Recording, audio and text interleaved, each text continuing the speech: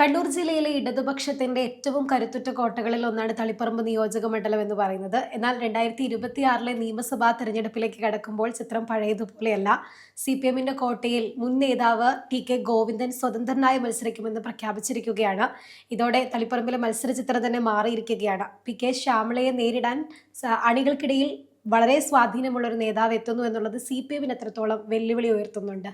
തീർച്ചയായും ഇപ്പോൾ പറഞ്ഞാൽ തന്നെ അണികൾക്കിടയിൽ സ്വാധീനമുള്ള ഒരു നേതാവാണ് TK ഗോവിന്ദൻ. കണ്ണൂരിലെ CPM കേഡർമാർക്ക് അല്ലെങ്കിൽ പാർട്ടി അനുഭാവികൾക്ക് അറിയാത്തൊരു മുഖമല്ല ഗോവിന്ദൻ്റെ. ഒരു സീനിയർ നേതാവാണ്.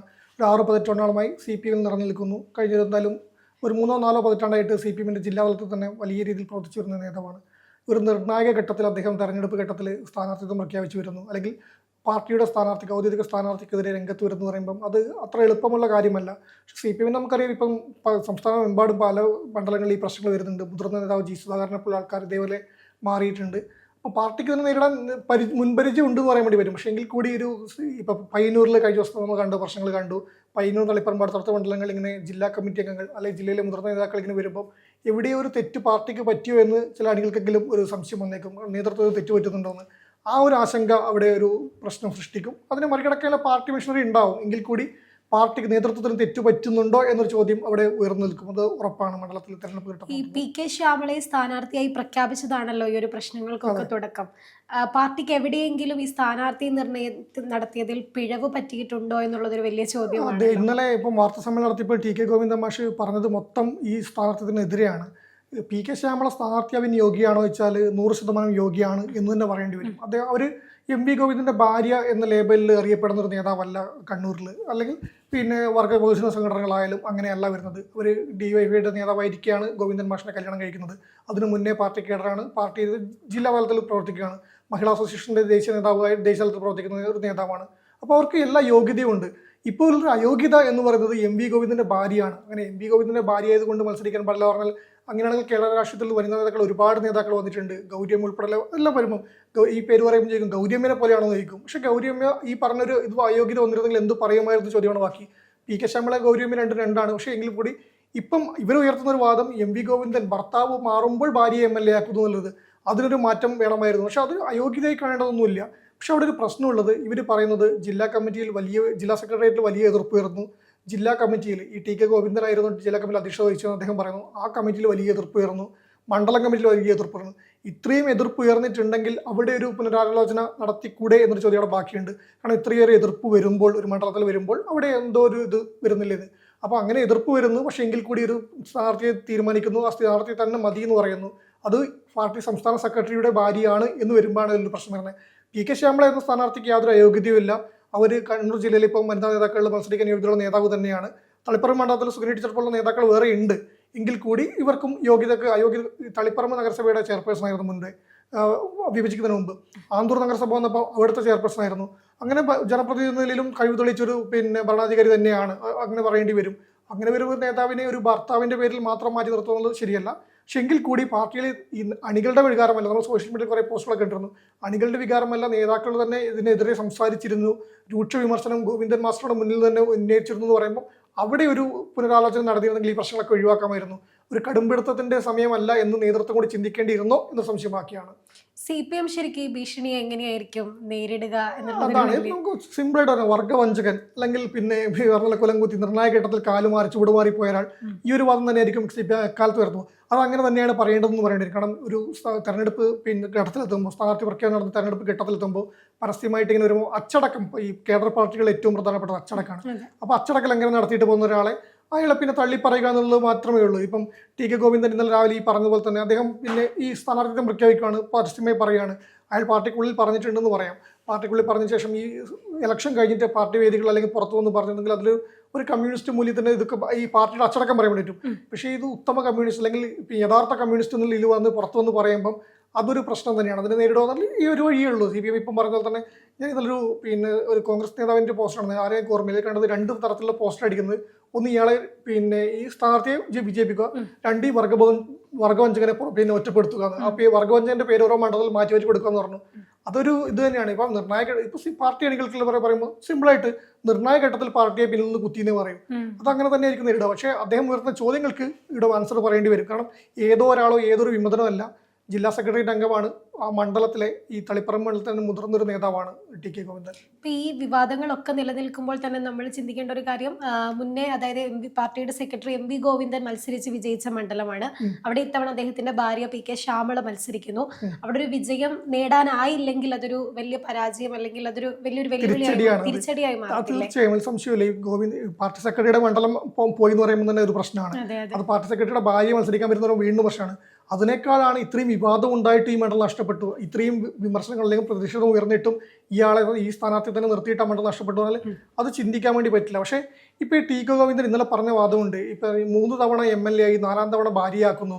96-ലും 2001-ലും ആയിരുന്നു എം.വി. ഗോവിന്ദന് മുമ്പ്. പിന്നെ 2 ടൈം വ്യവസ്ഥ പറയുമ്പോൾ അതിനുശേഷം ഇങ്ങനെ മത്സരിക്കാറുണ്ട്. എല്ലാ നേതാക്കളും, പിണറായി ഉൾപ്പെടെ എല്ലാ നേതാക്കളും ഇങ്ങനെ മത്സരിക്കുന്നതാണ്.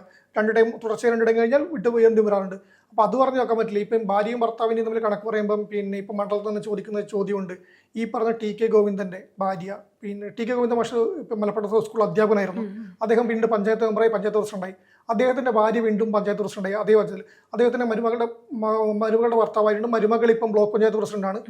ഈ പറഞ്ഞ അവരുടെ ഭാര്യ കെ.പി. രമണി, ഈ പിന്നെ ടി.കെ. സുലേഖ മരുമകൾ, ഇവരെല്ലാം പാർട്ടിക്ക് അർഹതയുള്ളവരാണ്. ഈ പദവിക്ക് അർഹതയുള്ളവരാണ്.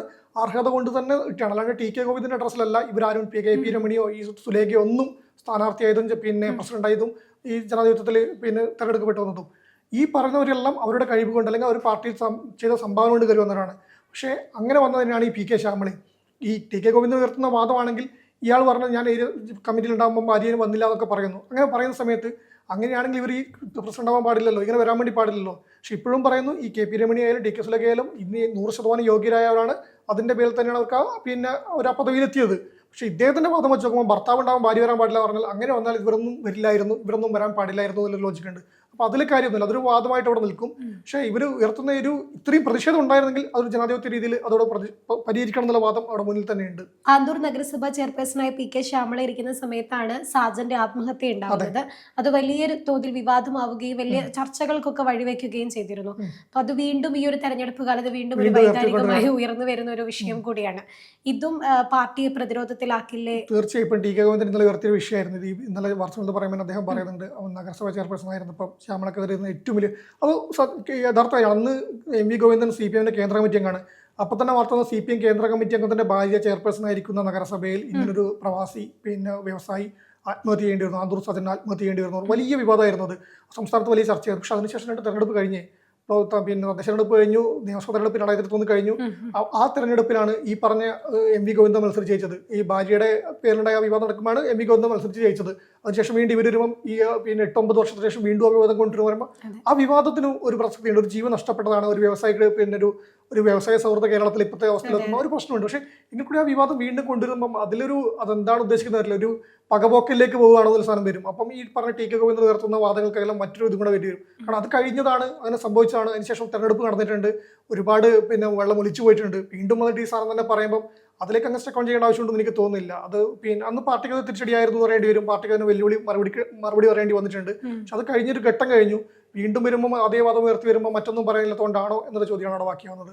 ശരിക്കും ഈ തളിപ്പറമ്പ് നിയോജക മണ്ഡലത്തിന് ഒരു രാഷ്ട്രീയ ചിത്രം മുൻകാലങ്ങളിൽ പരിശോധിക്കുകയാണെങ്കിൽ എങ്ങനെയാണ്? അതിപ്പോൾ നമ്മൾ ഇന്നലെ പയ്യന്നൂർ പറഞ്ഞിട്ടുണ്ടായിരുന്നു. പയ്യന്നൂർ മണ്ഡലത്തിലെ പിന്നെ അവിടെ കുഞ്ഞികൃഷ്ണന്റെ വിമതം വരുമ്പോൾ പയ്യന്നൂർ ഫുൾ ചുവപ്പ് കോട്ട ഇതുവരെ CPM മാത്രം ജയിപ്പിച്ചുകൊണ്ടാണ്. തളിപ്പറമ്പും ഏകദേശം അതുപോലെ തന്നെയാണ്. 1970 ഒരു കോൺഗ്രസ് പ്രതിനിധി ജയിച്ചു കഴിച്ചാൽ ഇതുവരെ മണ്ഡലത്തിൽ CPM അല്ലാതെ മറ്റൊരു പിന്നെ ജയിച്ചിട്ടില്ല. എനിക്ക് തോന്നുന്നു 2 തവണ 77-ലും 87-ലും 2 തവണ മാത്രമാണ് 10,000-ൽ കുറവ് ഭൂരിപക്ഷത്തിന് പോയത്. അതല്ലാതെ അതിൽ 10,000-ൽ കൂടുതൽ ഭൂരിപക്ഷത്തിലാണ് CPM അവിടെ ജയിച്ചു വന്നത്. ഗോവിന്ദ മാഷ് എം.വി. രാഘവൻ CPM ജയിച്ചാണ്, ഗോവിന്ദ മാഷ് ജയിച്ചാണ്, ഈ പറഞ്ഞ ജെയിംസ് മാത്യു ജയിച്ചാണ്. ഏറ്റവും വലിയ ഭൂരിപക്ഷം ലഭിച്ചത് 2016-ൽ ജെയിംസ് മാത്യുവിന് 40,000 സംതിങ് കിട്ടി. 2016 തന്നെയാണ് നിൽക്കുന്നത്. 40,000 ഭൂരിപക്ഷം കിട്ടിയാണ്. അത് പിന്നെ കഴിഞ്ഞ വർഷം ഗോവിന്ദ മാഷിന് കിട്ടിയതും പിന്നെ 22,000 സംതിങ് ഭൂരിപക്ഷം ലഭിച്ചിട്ടുണ്ട്.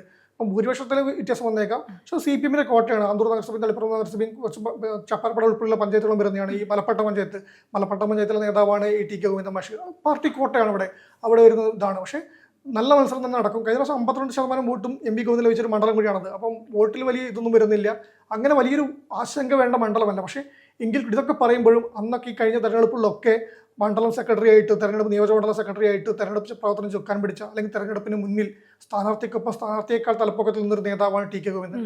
ആ വ്യക്തി വന്നിട്ടാണ് ഇപ്പം ഇങ്ങനെ പറഞ്ഞത്. പിന്നെ സ്ഥാനമാനങ്ങൾ ഇത് പറയുമ്പം ഈ പറഞ്ഞ സ്ഥാനങ്ങളൊക്കെ പറയുന്നത് MLA ആയില്ല എന്ന് പറയുമ്പോൾ കഴിഞ്ഞൊരു ഞാൻ നേരത്തെ പറഞ്ഞല്ലോ കഴിഞ്ഞ ഒരു 6 പതിറ്റാണ്ടായിട്ട് CPM വേണ്ടി അല്ലെങ്കിൽ കഴിഞ്ഞ 6 പതിറ്റാണ്ടായിട്ട് തളിപ്പറമ്പിലെ CPM മുഖമായി നിന്ന് ടി കെ ഗോവിന്ദൻ മാഷ് കഴിഞ്ഞൊരു 3 പതിറ്റാണ്ടായിട്ട് CPM ഈ പറഞ്ഞ പോലെ തന്നെ സഹകരണ സംഘടനകളുടെ ആയാലും തളിപ്പറമ്പിൻ്റെ കാർഷിക വികസന ബാങ്കിൻ്റെ ഹാൻഡ് വീവേഴ്സിൻ്റെ പരിയാരം മെഡിക്കൽ കോളേജിൻ്റെ അങ്ങനെ പലതിൻ്റെയും ചെയർമാനായിട്ട് ബോർഡുകളുടെ സഹകരണ സംഘങ്ങളുടെയും ബോർഡുകളുടെയും ഒരു ചെയർമാൻ സ്ഥാനത്തൊക്കെ ഇരുന്ന വ്യക്തിയാണ്. കഴിഞ്ഞൊരു 3 പതിറ്റാണ്ടായിട്ട് ഈ പറഞ്ഞ പോലെ തന്നെ ഈ ബോർഡുകളുടെ ഇവരുടെ കാറിൽ തന്നെ സർവീസ് സംഘടനയുടെ കാറിൽ തന്നെ യാത്ര ചെയ്യാൻ വേണ്ടി അവസരം ലഭിച്ചാണ്. MLA ആയില്ല എന്നേ ഉള്ളൂ. പാർട്ടി ഒരു പദവി നൽകാതെ അല്ലെങ്കിൽ പരിഗണിക്കാതെ മാറ്റി നിർത്തിയ വ്യക്തിയൊന്നല്ല. കഴിഞ്ഞ 3 പതിറ്റാണ്ടായിട്ട് പാർട്ടിയുടെ ആനുകൂല്യം ലഭിച്ചിട്ടുണ്ട്. പക്ഷെ ആനുകൂല്യം എന്ന് പറയാൻ പറ്റില്ല. അദ്ദേഹം അതുപോലെ തന്നെ പ്രവർത്തിച്ച നേതാവാണ്, മുന്നിൽ നിന്ന് പാർട്ടി നയിച്ചൊരു നേതാവാണ്. പക്ഷെ ഇതൊക്കെ കഴിഞ്ഞിട്ട് വരുമ്പോൾ ഇവിടെ എത്തുമ്പോഴേക്ക് MLA എന്ന സ്ഥാനത്തിന് വേണ്ടി പറയുന്നു. അദ്ദേഹം ഇന്നലെ പറഞ്ഞതിൽ ചില പ്രശ്നങ്ങളൊക്കെ കാണുന്നുണ്ട്. ഈ പറഞ്ഞ പോലെ തന്നെ പറയുമ്പോൾ സുകന്യനെ പറയുന്നുണ്ട്. അപ്പോൾ തന്നെ അവർ പേരാവൂരിലേക്ക് തന്നെ ശൈലജ ടീച്ചർ പറഞ്ഞു വിട്ടെ 75 വയസ്സായ ശൈലജയാണോ പേരാവൂർ പിടിക്കാൻ പോകുന്നത് ചോദിച്ചു. അങ്ങനെ ചോദ്യം അദ്ദേഹം ചോദിക്കുന്നുണ്ട്. ഒരു വനിതാ നേതാവിനെതിരെ അങ്ങനെ ചോദിക്കുമ്പോൾ പേരാവൂർ പിടിക്കാൻ മട്ടന്നൂരിന് കൊടുത്താൽ പറയുന്നത്. കണ്ണൂരിൽ കണ്ണൂർ രാഷ്ട്രീയത്തിൽ ഇപ്പം നിലവിലെ MLA-മാരിൽ പേരാവൂർ മണ്ഡലം പിടിക്കാൻ അല്ലെങ്കിൽ അതുപോലെ ജനപ്രീതിയിൽ പിണറായി കഴിഞ്ഞാൽ മറ്റൊരു MLA ആരാളുള്ളത്? ശൈലജ ടീച്ചർ മാത്രമേ ഉള്ളൂ. ഒരു സംശയമില്ല. ശൈലജ ടീച്ചർ അദ്ദേഹം ചെറുതാക്കി കാണുന്ന ഒരു സംശയം വരുന്നത്. പേരാവൂർ ഇപ്പോൾ പിടിക്കാൻ പറ്റും. നേരത്തെ മണ്ഡലം പിടിച്ച് ഇതുവരെ CPM വേണ്ടി പിടിച്ച ഒരേ ഒരു വ്യക്തിയേ ഉള്ളൂ, ശൈലജ ടീച്ചറാണ്. ശൈലജ ടീച്ചർക്ക് എപ്പോഴും പിടിക്കാൻ വേണ്ടി പറ്റും. ശൈലജ ടീച്ചർ സേഫാക്കി മാറ്റി നിർത്തണമെന്നുള്ള ചോദ്യം വേറെയുണ്ട്. ഒരു ടൈറ്റ് മത്സരത്തിൽ വിടണമെന്ന്. പക്ഷേ മണ്ഡലം പിടിക്കാനാണ് CPM ലക്ഷ്യമെങ്കിൽ അതിന് പറ്റിയ ഓപ്ഷൻ ശൈലജ ടീച്ചർ തന്നെയാണ്. ആ സമയത്താണ് അദ്ദേഹം ഈ ചോദ്യം ചോദിക്കുന്നത്. അതൊക്കെ അങ്ങനെ കുറച്ച് കയ്യിൽ നിന്ന് പോകുന്ന രീതിയിലേക്ക് വരുന്നുണ്ട് കാര്യങ്ങൾ. എങ്കിൽ കൂടി ഇപ്പോഴും വീണ്ടും പറയുന്നതാണ് ഇതിൽ വേറൊരു സാധനമുണ്ട്. കഴിഞ്ഞ 2021 തെരഞ്ഞെടുപ്പിൽ കുറ്റ്യാടി മണ്ഡലത്തിൽ കേരള കോൺഗ്രസ് എമ്മിന് സീറ്റ് കൊടുത്തു. സ്ഥാനാർത്ഥി പ്രഖ്യാപനമൊക്കെ വരുന്ന സമയമാണ്. അന്ന് ഈ പാർട്ടി നേതൃത്വ തീരുമാനത്തിനെതിരെ CPM അണികൾ തെരുവിലിറങ്ങുകയാണ്, പ്രകടനം വിളിക്കുകയാണ്, മുദ്രാവാക്യം വിളിച്ചു പ്രകടനം നടത്തുകയാണ്. ശരിക്കും പറഞ്ഞാൽ ഇതുപോലെ തന്നെ പാർട്ടി അച്ചടക്കത്തിൻ്റെ വാളെടുക്കുന്നതാണ്. പക്ഷെ അവിടെ കോടിയേരി ബാലകൃഷ്ണൻ അന്ന് അവിടെ എത്തിയിട്ട് 2021 എനിക്ക് 21 തന്നെയാണ് കോടിയേരി ബാലകൃഷ്ണൻ അവിടെ എത്തി കേരള കോൺഗ്രസുമായിട്ട് ചർച്ച നടത്തുന്നു. ആ സീറ്റ് ഏറ്റെടുക്കുന്നു. CPM സ്ഥാനാർത്ഥി പ്രഖ്യാപിക്കുന്നു, മത്സരിക്കുന്നു, ജയിക്കുന്നു. അപ്പോൾ പിണറായി വിജയൻ എന്നൊരു കക്കാശിമുള്ള നേതാവ് നിൽക്കുമ്പോൾ ഒരു സൗമ്യതയായ മുഖമായിട്ട് കോടിയേരി ബാലകൃഷ്ണൻ ഉണ്ടായിരുന്നു. ആ പ്രശ്നമാണ് പരിഹരിക്കപ്പെട്ടു. അവിടെ ആ സീറ്റ് പിടിച്ചെടുക്കാൻ വേണ്ടി പറ്റി. ഇപ്പോൾ ഇവിടെ വരുമ്പം ഗോവിന്ദൻ ഈ കുറച്ചുകൂടി നിലപാടിൽ ഭയപ്പെടുത്തുന്നത് ഒരു പാർട്ടി സെക്രട്ടറി നിലയിൽ കർക്കശം മാത്രം മതിയോ, എല്ലാവരും ചുറ്റുള്ളവർ കേൾക്കേണ്ടതെന്ന ചോദ്യം ബാക്കിയാണ്. സുധാകരൻ്റെ കേസ് നമുക്കറിയാം. സുധാകരൻ ഇപ്പം അധികാരം തന്നെ പറയാൻ വേണ്ടി പറ്റും. പക്ഷേ അദ്ദേഹം പറഞ്ഞതും ഈ ഗോവിന്ദൻ ചിരിച്ചുകൊണ്ട് തന്നെ കളിയാക്കി പറഞ്ഞ സാധനമാണ്. അതിനുശേഷം നടത്തിയ പരാമർശങ്ങളൊക്കെയാണ് പറഞ്ഞത്. ഇപ്പം ഈ ടി കെ ഗോവിന്ദൻ പറഞ്ഞത് ജില്ലാ സെക്രട്ടേറിയറ്റിൽ പറഞ്ഞു, ജില്ലാ കമ്മിറ്റിയിൽ പറഞ്ഞു, മണ്ഡലം കമ്മിറ്റിയിൽ പറഞ്ഞു. ഇതിലൊക്കെ ഗോവിന്ദൻ ഇരുത്തിയാണ് ഇപ്പോൾ ബാക്കിയുള്ള പ്രവർത്തകർ നേതാക്കളെല്ലാം വിമർശിച്ചത്.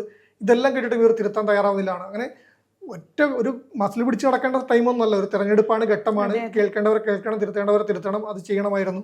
അത് ചെയ്യാതെ പോകുന്നതുകൊണ്ട് മുതിർന്ന നേതാക്കൾ ഉൾപ്പെടെ പാർട്ടി വിട്ട് പോകേണ്ടി വരുന്നു. പക്ഷേ എന്ന് പറയുമ്പോൾ അതിന് അവരുടെ ഉള്ളിലുള്ള കാര്യങ്ങൾ കുറച്ച് പുറത്ത് വരുന്നുണ്ട്. എങ്കിൽ കൂടി ഒന്ന് ശ്രദ്ധിക്കേണ്ടതായിരുന്നു എന്നുകൂടി പറയേണ്ടതുണ്ട്. പയ്യന്നൂരിൽ കുഞ്ഞികൃഷ്ണൻ സ്വതന്ത്രനായി മത്സരിക്കുന്നു. തളിപ്പറമ്പിൽ ടി കെ ഗോവിന്ദൻ സ്വതന്ത്രനായി മത്സരിക്കാൻ ഇറങ്ങുന്നു. ശരിക്കും കണ്ണൂരിലെ CPM കോട്ടകളിൽ ഈ പ്രശ്നങ്ങൾ ഉണ്ടാവുന്നത് പാർട്ടിക്ക് വലിയൊരു തിരിച്ചടിയായി മാറുന്നുണ്ടാവത്തില്ല? തീർച്ചയായും. അത് ഈ പറഞ്ഞ തിരിച്ചടിയിലേക്ക് പോകുന്ന സമയം നമ്മൾ ഇന്നലെ പറയുമ്പോൾ പയ്യന്നൂർ വലിയൊരു ഭീഷണി. ഇപ്പം ടി കെ ഗോവിന്ദൻ കുഞ്ഞികൃഷ്ണനെ UDF പിന്തുണച്ചേക്കാം, ടി കെ ഗോവിന്ദൻ UDF പിന്തുണച്ചേക്കാം. 2 സ്ഥലത്തും കോൺഗ്രസിന് സ്ഥാനാർത്ഥികളെ നിർത്തിയിട്ട് വലിയ ഗുണമില്ലാത്ത സ്ഥലത്ത് ടി കെ ഗോവിന്ദൻ അങ്ങനെ ഒരു UDF പിന്തുണ സ്വീകരിക്കാനുള്ള സാധ്യതയുണ്ടോ? ടി കെ ഗോവിന്ദൻ സ്വീകരിക്കുന്ന പറഞ്ഞിട്ടുണ്ടല്ലോ.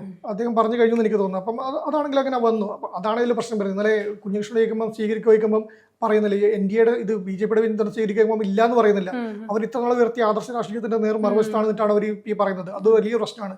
എങ്കിൽ കൂടി അങ്ങനെ വരുമ്പം ഈ മറ്റു മുന്നണികൾക്ക് അല്ലെങ്കിൽ മറ്റു പാർട്ടികൾക്ക് CPM-ന്റെ കോട്ട ഇപ്പം ഹർഷ പറഞ്ഞാൽ തന്നെ കണ്ണൂരും പയ്യന്നൂരും വലിയ കോട്ടകളാണ്. മറ്റൊരു ചിന്തയുണ്ടായിരുന്നില്ല. ആ കോട്ടയിൽ ഇങ്ങനെ ഒരു സാധനം വരുമ്പോൾ ഒരു ഓപ്ഷൻ അവർക്ക് കിട്ടുവാണ്.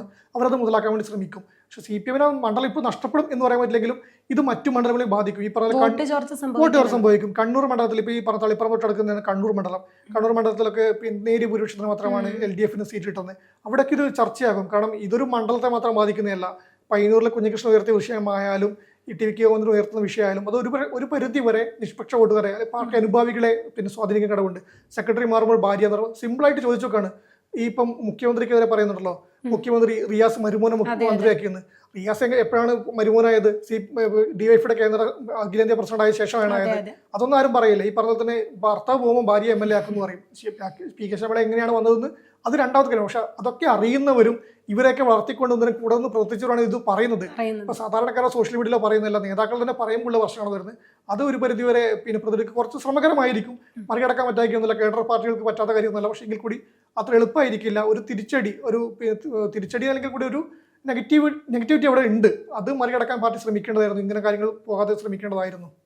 എന്തായാലും BJPയും കോൺഗ്രസും സ്ഥാനാർത്ഥിയെ പ്രഖ്യാപിച്ചിട്ടില്ല. തളിപ്പറമ്പ് കോട്ട CPM കാക്കുമോ എന്നുള്ളത് എന്തായാലും കണ്ടറിയേണ്ടതാണ്.